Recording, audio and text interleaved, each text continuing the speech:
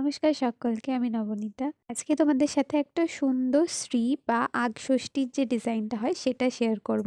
ডিজাইনটা আসলে পছন্দ আমি করিনি। যাদের এই কাজটা ছিল তারাই হচ্ছে আমাকে ডিজাইনটা পছন্দ করে দিয়েছিল। বলেছিল যে এরকমভাবে করে দিস আর কালারটা তোর মতো করে করিস। প্রথমত বলি, এই আলো চাল দিয়ে কাজ করার অভ্যেস আমার নেই। আমি সবসময় ক্লে দিয়েই কিছু বানাই, তো এক্ষেত্রে আমার একটু অসুবিধা হচ্ছিল। প্রথমে আমি চেষ্টা করলেও পারিনি। তারপরে মাই পুরোটা করে দিয়েছে। আমি শুধু মাঝে মাঝে একটু ছোট ছোট ডিজাইন যেগুলো ছিল, মানে যেগুলো আর কি ডিটেলিংয়ের দরকার ছিল, সেগুলো আমি করেছি। বাকি পুরোটাই কিন্তু মাই করে দিয়েছে। তবে এই প্রথমবার আলো চাল দিয়ে শ্রী বানাতে গিয়ে আমার কিন্তু অনেক এক্সপিরিয়েন্স হয়েছে। মানে কোথাও গিয়ে মিশ্রণটা বেশি পাতলা হলেও হবে না, কিংবা খুব যদি শক্ত হয়ে যায় তাও কিন্তু হবে না, ভেঙে যাবে। একদম পারফেক্ট একটা স্টেবিলিটি থাকতে হবে। তো সেটা আমি কিছুতেই করতে পারছিলাম না। মানে আলো চালের সাথে ময়দাও মিক্স করে করতে হতো। সেটা মাই করে দিয়েছিল, কারণ মা এর আগে বহুবার এই জিনিসটা বানিয়েছে।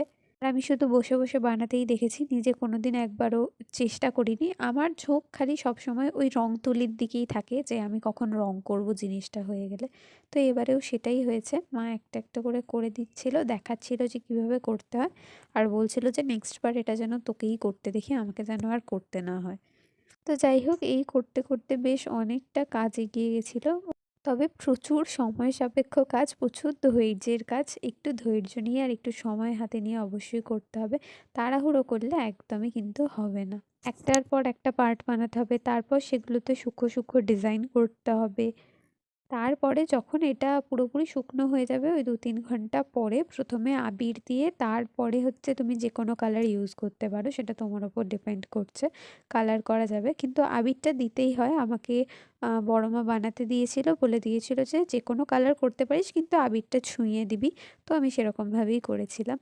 আর এই যে এখানে দেখতে পাচ্ছ, এই ধানের কুনকের মতো যে জিনিসটা তৈরি হয়েছে, এবার এর মধ্যে কিন্তু সত্যিকারের ধান ভর্তি করতে হয়েছিল।